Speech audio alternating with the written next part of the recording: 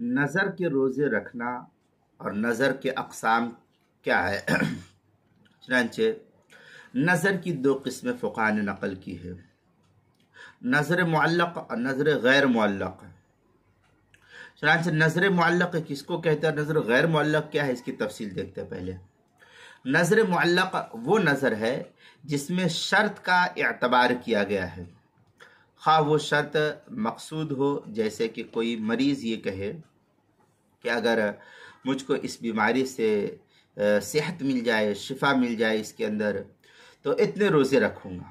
کسی نے یہ متعین کیا کہ میں جو ہے بہت بیمار ہوں، یا میرا بچہ بیمار ہے، بیٹا بیمار ہے، بیٹی بیمار ہے، ماں باپ بیمار ہے، یا کوئی بھی ہے، تو اگر اس سے اس کو شفا مل جائے تو اتنے روزے رکھوں گا۔ یا وہ شرط مقصود نہ ہو، جیسے کوئی شخص یہ کہے کہ اگر میں نماز نہ پڑھوں تو اتنے روزے رکھوں گا، اس کو کہتے ہیں نظر معلق۔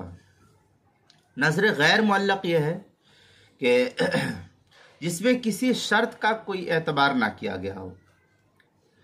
اب یہ کہ نظر غیر معلق کسی زمانے یا کسی جگہ کے ساتھ متعین اور خاص نہیں ہوتی ہے، اگرچہ نظر کرنے والا کسی زمانے یا کسی جگہ کے ساتھ خاص کرے، شریعت میں اس کا اعتبار نہیں ہے۔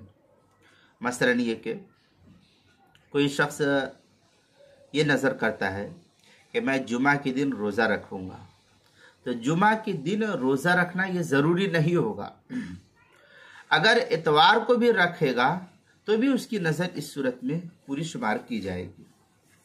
اسی طرح اگر کوئی شخص نظر کرے کہ وہ مکہ معظمہ میں روزہ رکھے گا، تو مکہ معظمہ میں جا کر روزہ رکھنا یہ لازم نہیں ہوگا اس کے لیے، بلکہ گھر میں وہ روزہ رکھنے سے نظر پوری ہو جائے گی۔